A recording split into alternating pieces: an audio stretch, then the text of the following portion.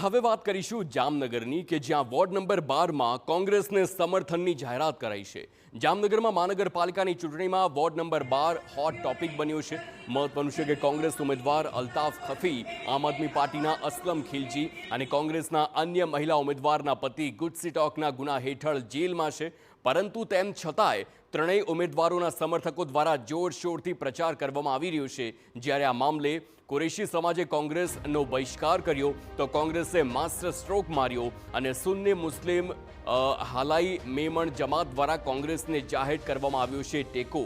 સુન્ની મુસ્લિમ હાલાઈ મેમણ જમાતના પ્રમુખ, કારોબારી સભ્યો, અગ્રણીઓ સહિતના લોકો દ્વારા મેમણ જમાતખાના ખાતે કોંગ્રેસની પેનલને જાહેર કરવામાં આવ્યો છે ટેકો। ત્યારે આ વખતે વોર્ડ નંબર 12માં પાર્ટીઓની નહીં પણ વર્ચસ્વની લડાઈ હોય તેવી સ્થિતિ ઉદ્ભવી છે। અને અમારા સમાજના તમામ સભ્યોએ એક એવો નિર્ણય લીધો છે કે હાલાઈ મેમણ જમાત જામનગર તરફથી જાહેર ટેકો કોંગ્રેસ પેનલને આપવામાં આવે છે।